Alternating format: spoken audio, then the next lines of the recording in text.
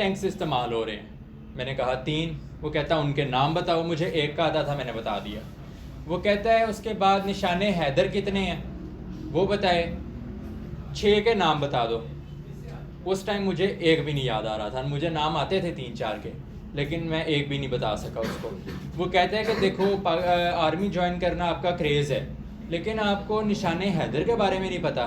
मैंने कहा sorry sir, it is my mistake, I will improve it. वो कहता ओके गुड। फिर उसके बाद उसने मैथ्स के रिलेटेड एक क्वेश्चन पूछा, और जीके के मेरे से 5 या 7 क्वेश्चन उसने पूछे थे। ग्रीस का कैपिटल, उसके बाद टर्की की एग्जैक्ट लोकेशन, फिर उसके बाद कैपिटल्स ही पूछे तो उसने, बाकी इतना कोई ख़ास नहीं पूछा था। एक क्वेश्चन उसने पूछा था करंट अफेयर्स के बारे में, करंट इश्यूज़ के बारे में। वो क्वेश्चन ये था कि रशिया की किसके साथ वॉर चल रही है और क्यों चल रही है? यूक्रेन के साथ। और ये वॉर है जौन सी, इसकी रीज़न क्या है? यही क्वेश्चन उसने 50 के 50 कैंडिडेट से पूछा था। जितने लड़के आ रहे थे सबसे यूक्रेन और रशिया के बारे में पूछा जा रहा था। फिर उसके बाद मुझे वो कहता है कि बाकी वो मेरे साथ पर्सनल उसमें आ गया था, लाइफ में आ गया था। वो मुझे कह रहा था कि देखो आर्मी में ना जाओ, आप कल को छोड़ के वापस आ जाओगे तो आप डिप्रेशन के मरीज़ बन जाओगे। आप जैसे बड़े केसेस हमने देखे हैं जो छोड़ के आ जाते हैं। तो मैं अपनी बात को क्लैरिफाई कर रहा था और मैं अपनी बात पे खड़ा था कि मैंने जाना है। फिर उसने मुझे पूछा था कि आपको क्या आइडिया है कि आर्मी में सैलरी कितनी मिलती है? मैंने कहा सर आइडिया नहीं है, लेकिन इतना पता है, नहीं सैलरी नहीं पता, लेकिन इतना आइडिया ज़रूर है कि सिर्फ अपना गुजारा होता है। वो कहता है एग्जैक्टली, ये बात हमेशा याद रखना। और वो मुझे कह रहा था देखो करंटली आप बिज़नेस में हो तो आर्मी आपको अलाउ नहीं करेगी कि आप कोई और साइड वाला काम करो। मतलब मेरे साथ और साइड पे आ गया था। एंड पे मुझे कहता है okay gentleman, best of luck, you may leave now. मैं बाहर आ गया। अब बाहर कोई सिचुएशन नहीं मुझे डाली उसने। कितने मिनट का इंटरव्यू? तकरीबन 25 मिनट का इंटरव्यू हुआ था, और एवरेज सबका 25 मिनट का हो रहा था। जो रिपीटर्स का था उनका इंटरव्यू 40 मिनट पर भी जा रहा था, क्योंकि उनके पिछले ISSB के बारे में भी पूछ रहे थे। फिर डिप्टी और बड़ा जोर लगा रहा था। नहीं, जीके मुझे सिर्फ एक आता था, और उसको मुझे उसने कहा था गुड, बस, बाकी मुझे कोई नहीं आता था। उसके बाद हाँ, डिप्टी एक बात और बड़ा जोर लगाएगा एक बात पे, यार कोई तो मसला है ISSB में, बताओ हमें जो आपको फेस आया हो, ताकि हम आपके बाकी दिनों में भी इम्प्रूव कर दें। कोई एक मसला तो ज़रूर होगा। मैं कहा नो सर, ऐसा कोई मसला है ही नहीं। वो कहता चलें ठीक है आप जाएँ। जैसे ही हमारा इंटरव्यू ख़त्म हुआ ना, सब लड़कों का, तकरीबन 50 लड़कों का एक दिन में हो गया था और 50 का नेक्स्ट डे में हुआ था। हमें साथ ही उन्होंने बोला है कि जेंटलमैन अपनी PT किट्स पहने, आपका GTO भी आज ही होगा। PT किट से पहले, सॉरी एक सेकेंड, जो आपने ड्रेस पहना है ना उसके साथ GTO इंडोर टास्क हो जाएगा।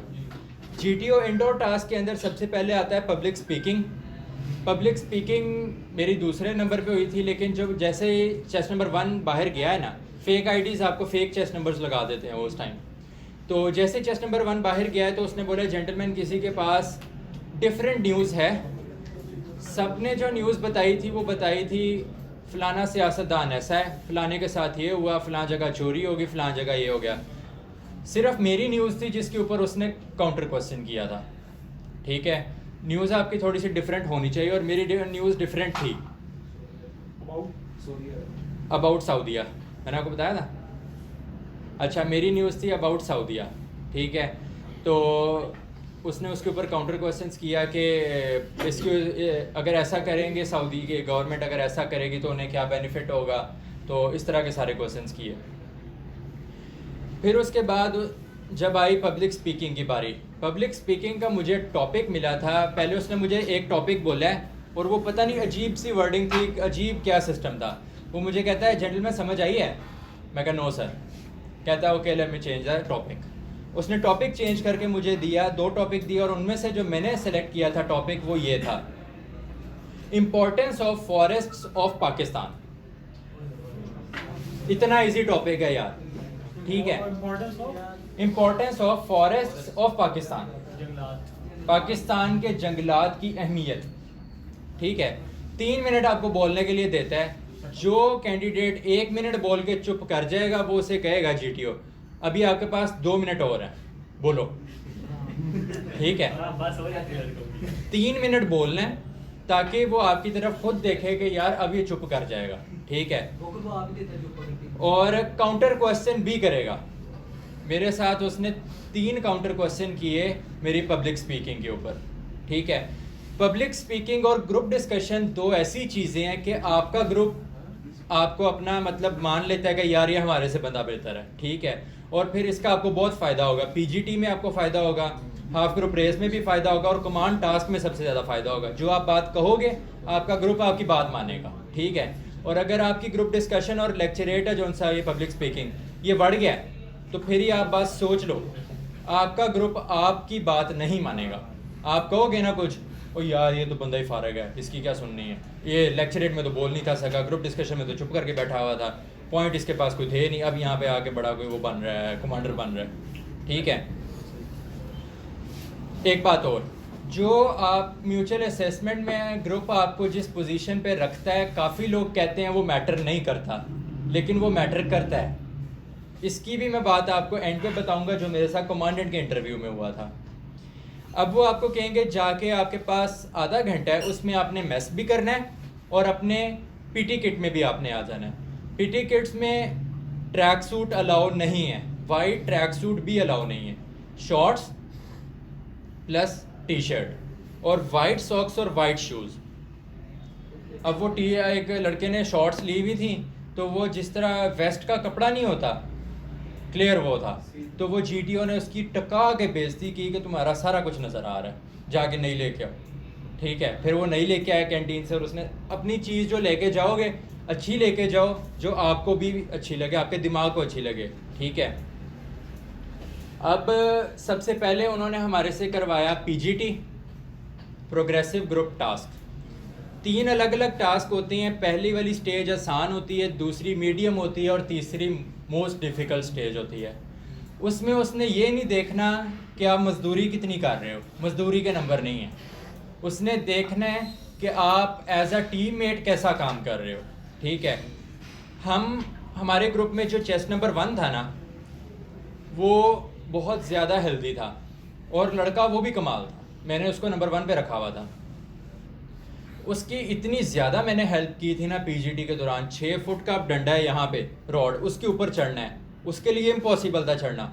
एक बंदा उसे ऊपर से पकड़ है, मैं उसको नीचे पाँव से धिक्का लगा रहा हूँ, और वो सारी चीज़ें नोट हो रही होती हैं। जब पहली स्टेज हमारी कवर होने वाली थी ना, तो उसने बोला okay gentleman move to the next stage, ठीक है। अभी दूसरी स्टेज स्टार्ट हुई है, तो उसने विसल कर दिया। पीजीटी अच्छा हो गया था, हम सारे मतलब दिमाग सेटिस्फाइड था हमारा कि यार हमने अपना बेस्ट दिया जो हम कर सकते थे। उसके बाद उसने बोला कि now move on to the half group race. Half group race को वो सेमी ग्रुप रेस कहते हैं, ठीक है। उसमें आपके हमारे ग्रुप में 10 बंदे थे, पहले 5 को एक साइड पे कर दिया, दूसरे 5 को एक साइड पे कर दिया। एक डमी होती है जिसका वजन होता है अराउंड 30 kgs, ठीक है। उसे एक टायर को, और बस एक वो होती है और एक टायर होती है, आपको हेलमेट में ना दिए जाते हैं, सेफ्टी हेलमेट्स होते हैं, और आपने वो कुछ स्टेजेस होती हैं जिनको आगे लेके जाना होता है, और मतलब एंड पे पहुंचना होता है गिवन टाइम के अंदर। वो आपकी आपस में रेस नहीं है, ये बात भी याद रखना। कुछ ग्रुप मेंबर हमारे से जिसके पास कुछ भी नहीं था, वो आगे आगे भाग रहा था और हम डमी वाले पीछे आ रहे थे, ठीक है। ये काम नहीं करना। आपकी एज अ हाफ ग्रुप दूसरे हाफ ग्रुप के साथ रेस है, और उसमें भी ये नहीं वो देख रहा कि कौन पहले पहुंच रहा है, उसमें भी वो आपकी म्यूचुअल अंडरस्टैंडिंग को देख रहा है, ठीक है। आपस में कैसी कोऑर्डिनेशन है इनकी, और ये कैसा काम करते हैं, ये बात हमेशा याद रखना। उसके बाद वो हमें कहता है कि पीजीटी हो गया हमारा, फिर उसके बाद हाफ ग्रुप रेस हो गई, यही था। और उसके बाद वो हमें कहता है कि now move back to the barracks. हम जैसे बैरक्स में गए हैं उतनी देर तक स्टाफ दोबारा आ गया, वो हवलदार था, और वो आके हमें कहता है कि जिनका आज डिप्टी का इंटरव्यू हुआ है उनका आज साइक का इंटरव्यू भी होगा। हम सुबह 6 बजे का रगड़ा खा रहे थे, 4 बजे तक नॉन स्टॉप काम कर रहे थे, और वो 4:30 बजे आगे कहता है सिर्फ 15 मिनट है, सिर्फ 15 मिनट, अपने कपड़े चेंज करो, आपका आज साइक का इंटरव्यू होगा। हमने कहा ठीक है सर। दोबारा एक बार शेव की सबने, ठीक है। शेव आपकी प्रॉपर होनी चाहिए। मुझे कमांडेंट ने कहा था कि तुम्हारी शेव प्रॉपर नहीं है। मैंने उसको सर कहा था कि मेरे एक्नी है फेस पे, जिसकी वजह से मैं प्रॉपर शेव नहीं कर सका, ठीक है। आप अपनी यार एक कांड हो गया ना, उसको जस्टिफाई कर दो, बात ख़त्म। और हम साइक के इंटरव्यू के लिए चले गए। अब मेरे जहन में ये था कि यार चलो जिधर इतने इंटरव्यू दिए हैं, साइक भी मेल होगा, पूछ ले जो पूछना है, देखी जाएगी जो होगा। मैं दूसरे नंबर पे मेरा इंटरव्यू था, मुझे कहते चेस्ट नंबर 3, मुझे फेक आईडी जो अलॉट हुई थी ना वो चेस्ट नंबर 3 थी, वैसे मेरा चेस्ट नंबर 7 था। वो कहते चेस्ट नंबर 3 आपका साइक का इंटरव्यू है, फलां रूम में चले जाओ। मैंने जैसे दरवाज़ा खोला ना, सेम मेरी एज की एक बार साइक बैठी हुई है। मैं कहा मुआज़ साहब पढ़ गए। मैं कहा आज ख़त्म काम। मैं टोटली डिस्टर्ब हो गया था, होना नहीं चाहिए था, ये मेरी गलती थी। मैं जाके बैठा हूँ तो साइक ने मेरा नाम लिया है, बेसिक बायोडाटा फॉर्म के ऊपर क्रॉस क्वेश्चनिंग होनी है और आपने उसको जस्टिफाई करना है। आपके फादर की एज का आपको पता होना चाहिए। अब डिप्टी के इंटरव्यू में आहिस्ता आहिस्ता बातें याद आ रही हैं। डिप्टी के इंटरव्यू में उसने मेरे से फादर की एज पूछी थी, मदर की एज पूछी थी, आपके फेवरेट पर्सनालिटी पूछी थी, आपके फादर के डीमेरिट्स पूछे थे। 2 के बाद मैंने कहा सर तीसरा है ही नहीं। वो कहता है। 5 मिनट उसने मेरे साथ बहस की। मैंने कहा सर नहीं है। वो कहता है सोचो मेरे पास बहुत टाइम है। मैंने कहा सर जब है ही नहीं मैं कहाँ से आपको सुना दूँ, मैं डटा रहा इस बात पे। उसके बाद आपका बेस्ट फ्रेंड कौन है, उसके डीमेरिट्स और मेरिट्स क्या हैं, उसके फादर कहाँ पे जॉब कर रहे हैं, किस पोजीशन पे जॉब कर रहे हैं और उनकी सैलरी कितनी है, ये हर लड़के से पूछा था। जब आपका बेस्ट फ्रेंड है ना तो आपको उसके पता होना चाहिए सारी घर बार की बातों का, ठीक है, और आपको पता होता है। तो बेस्ट फ्रेंड का नाम भी उसने मेरा उधर नोट डाउन कर लिया था। अब मैं साइक के पास गया हूँ तो साइक ने भी मेरे से सबसे पहला सवाल ये किया है फादर की एज क्या है। अब मैंने जो उधर बताई हुई थी, झूठ बोला होता तो मैं इधर भी मेरे जहन से निकल जानी थी। मैंने एग्जैक्ट एज बता दी। अच्छा वो मुझे कहती है साइक गर्लफ्रेंड है। मैंने कहा नो मैम। ऐसे मेरी तरफ नहीं उसने देखा, नीचे मुँह करके कहती इसका मतलब गे हो। मैं क्या पड़ गए, मैं कहा नो मैम। फिर वो कहती है कि देखो 19 के हो, यूईटी जा रहे हो, उसके बाद अच्छे सिटी से बिलोंग करते हो, अच्छी फैमिली बैकग्राउंड है तुम्हारा, उसके बाद खुद अर्न करते हो, ऐसा तो पॉसिबल ही नहीं है कि तुम्हारी गर्लफ्रेंड। जोर से ऐसे उठा के पेन मारा टेबल पे उसने। मैंने कहा ठीक है मैं बताता हूँ मेरी क्यों नहीं। मैंने उसको एक्सप्लेन किया और वो सेटिस्फाई हुई। वो कहती कि इसका मतलब है अपनी बहन पे बहुत सख्ती करते हो। मैंने कहा नहीं मैं तो नहीं सख्ती करता। वो कहती चलो ठीक है। फिर उसके बाद उसने बेसिक मतलब जो आपने बायोडाटा फॉर्म में लिखा है ना, अब जिनके इनकम्प्लीट सेंटेंसेस ख़राब थे उन पे ऐसी हैवी और गंदी किस्म की एसआरटी डाल रही थी ना कि वो लड़के उधर ही परेशान हो जाते थे। और साइक जिसे पास करती है उसे बता के भेजती है और जिसे फेल करती है उसे भी बता के भेजती है। साइक से जो लड़का फेल हो गया, नॉट रिकमेंड हो गया, उसका री इंटरव्यू भी नहीं होगा। साइक से नॉट रिकमेंड मतलब पूरी ISSB से not recommend. Psych not recommend करती है जब बात आपके कैरेक्टर के ऊपर आ जाए, आपने झूठ बोला हो। अब एक लड़के को वो कहती है कि नहीं, वो GTO ने उसको कहा था सॉरी। अच्छा साइक का इंटरव्यू दे के आए हैं। मैं और चेस्ट नंबर 1 था ना जौन सा, वो उसके फादर सर्विंग ब्रिगेडियर थे। हम दोनों की आपस में अंडरस्टैंडिंग बहुत कमाल थी पहले दिन से लेके। और पूरे ग्रुप के अंदर और पूरे रूम के अंदर 15 बंदे हैं रूम में। किसी भी टेस्ट के बाद आके ना हम दोनों शुगर लगा रहे होते थे और बाकी सारे सर पकड़ के बैठे होते थे। और हमें लड़के पता क्या कहते थे, यार तुम दोनों पागल हो, तुम लोगों को पता ही नहीं है स्ट्रेस क्या होता है, तुम लोगों को पता ही नहीं है कि हम कोई कांड करके आए हैं, उस पर परेशान कैसे होना है। ठीक है, लड़के उधर बैठे होते थे, कोई नाखून खा रहा है, किसी को नींद नहीं आ रही, किसी को शिवरिंग हो रही है, इवन के लड़कों को चक्कर आ रहे होते हैं वहाँ पे कि यार मैं ये वाला कांड कर रहा हूँ, मैं ये ब्लंडर कर रहा हूँ, अब मेरी ISSB बढ़ गई। किसी भी पुराने टेस्ट की टेंशन अगले टेस्ट में जाने से पहले निकाल कर जानी है, वरना अगला टेस्ट भी आपका बढ़ गया। ये बात हमेशा याद रखनी है, ठीक है। रात को हम बड़े थके हुए थे, मैस किया हमने 6 बजे और 7 बजे हम सो गए हुए थे। स्टाफ हमारे कमरे से बहुत खुश था क्योंकि जो चेस्ट नंबर 1 है उसकी डेली रूटीन थी सुबह 3 बजे उठने की। 3 बजे हमें भी उठा के बिठा देता था वो। स्टाफ आता है 5 बजे उठाने, 4:30 बजे उठाने। हमारे रूम में आता है सारे पेंट कोट टाई लगा के पहले से बैठे हुए हैं। स्टाफ कहता तुम लोग भी पागल हो, सोते ही नहीं हो रात को, ठीक है। ये सिस्टम होता था। मैस करने टाइम पे पहुंचो, अगर नहीं पहुंचोगे तो मैस वाले जो आपके वेटर्स हैं ना वो आपकी इतनी की बेइज्जती करेंगे कि आप शर्मिंदा हो जाओगे, खाना खाने के लायक नहीं रहोगे। स्टाफ कह के वैसे बुलाने हैं। तो नेक्स्ट डे मॉर्निंग में उन्होंने हमें कहा कि हमें पता था क्या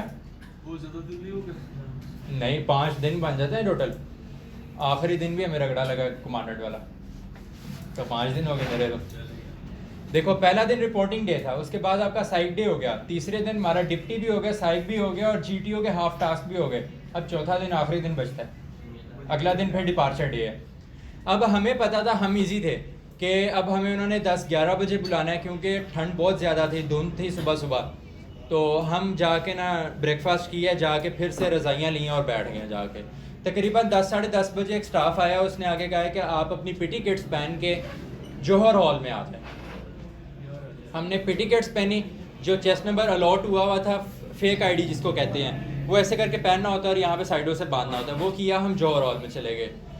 अब जो जीटीओ है ना, उसने करनी है पेपर रीडिंग, और अगर आपकी किस्मत अच्छी होगी ना तो 2 नए जीटीओ आए हैं गुजरावाला सेंटर में, उनमें से एक मुझे मिल गया था। इंग्लिश जीटीओ की हमारे से भी वाड़ी थी, सीधी सी जो बात है। उसे ये भी नहीं पता लग रहा था कि वो जो स्मार्ट स्क्रीन है उसे यूज़ कैसे करना है, ठीक है। सीनियर जीटीओ आया, उसने आके उसको बताया, और वो इंग्लिश बोलते हुए अड़ रहा था, ठीक है, जैसे हम कोई नई लैंग्वेज बोलते हैं। तो हमारे जीटीओ की इंग्लिश बहुत स्लो थी, लेकिन जो सीनियर जीटीओस थे ना, ऐसे आप साथ साथ जा रहे हो, उसकी सुन रहे हो बात, वो तर तर तर तर तर तर तर ऐसे, समझ आई बेटा? जी सर, ये सिस्टम होना होता है, ठीक है। दाढ़ी वाले, इतनी दाढ़ी है उनकी, तो वैसे ही बड़ी स्पीड है उस जीटीओ की। जीटीओ हमें ले गए सबसे पहले उसके लिए ऑब्स्टेकल्स के लिए।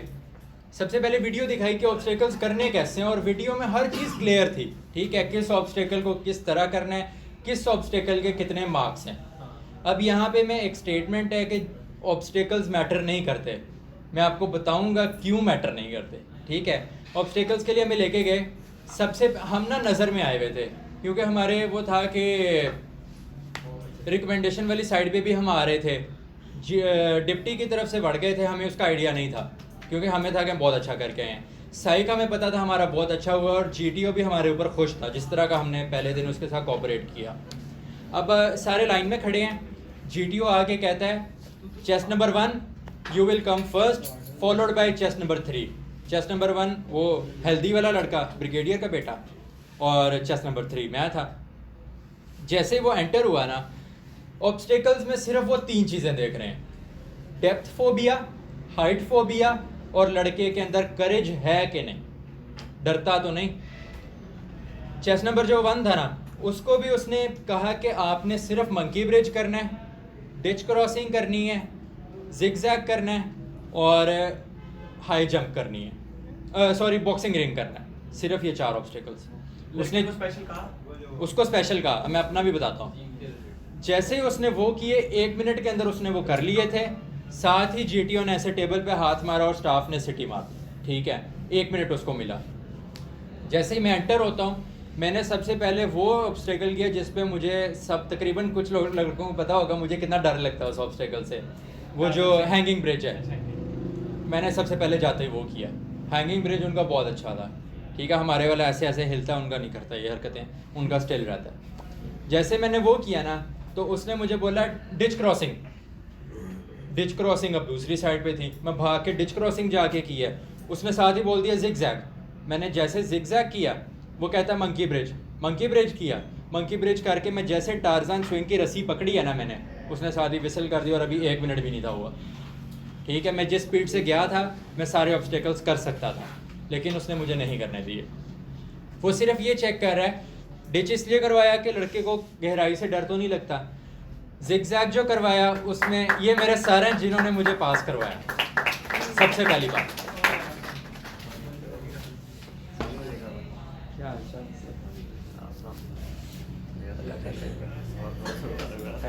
सर हसन भाई ने, सर ने और उस्मान भाई ने पर्सनल कोशिशें की थी मुझे गाइड करने की, मुझे समझाने की, और मेरी गलतियां मुझे नोट डाउन करवाई थी, और जो बातें इन्होंने कही थी वो वैसी हुई भी, ठीक है। अब जो जिगजैग है ना उनका, वो बहुत ज़्यादा हाइट पे है, ठीक है, इसकी निस्बत बहुत ज़्यादा हाइट पे है। हमारे जो जिगजैग के वो जो फटे हैं ना, वो आपस में जुड़े हुए हैं, उनके जिगजैग के फटों में भी इतना डिस्टेंस था। ऑब्स्टेकल हो गए, ऑब्स्टेकल के बाद वो हमें ले गए कमांड टास्क के लिए। सर बैठे, कमांड टास्क के लिए। कमांड टास्क में भी आपकी मजदूरी चेक नहीं होनी, आपको चेक करना उन्होंने कि आप एज अ कमांडर कैसा काम करते हो, आपकी प्लानिंग कैसी है, और जो आपके ग्रुप मेंबर्स हैं वो आपकी बात सुनते हैं कि नहीं सुनते। मुझे उसने कमांडर बनाया, चीटीओ पहला बंदा था जो मेरे ऊपर हंसा था, वरना बड़ा सीरियस ऐसे मुंह बना के बैठा होता जैसे पता नहीं आज सुबह क्या खा के आया। मुझे ना उसने कहा कि अब कमांड टास्क चल रहा है, तकरीबन इतनी हाइट के ऊपर एक रॉड था, उसके आगे जंप करके ना जिधर वो भाई बैठे वहाँ पे जंप करके जाना था और एग्जैक्ट लैंड करना था वहाँ पे। एक लड़का मुझे कहता है commander I am feeling hesitated. मैंने कहा ओके लेट मी ट्राई। मैं आया, मैं ऊपर बड़ी मुश्किल खड़ा हुआ, ऐसे खड़े होकर मैंने देखा, मैं कहा दांत टूट जाने, मैं कहा I am also feeling hesitated. GTO हंस पड़ा ऐसे कर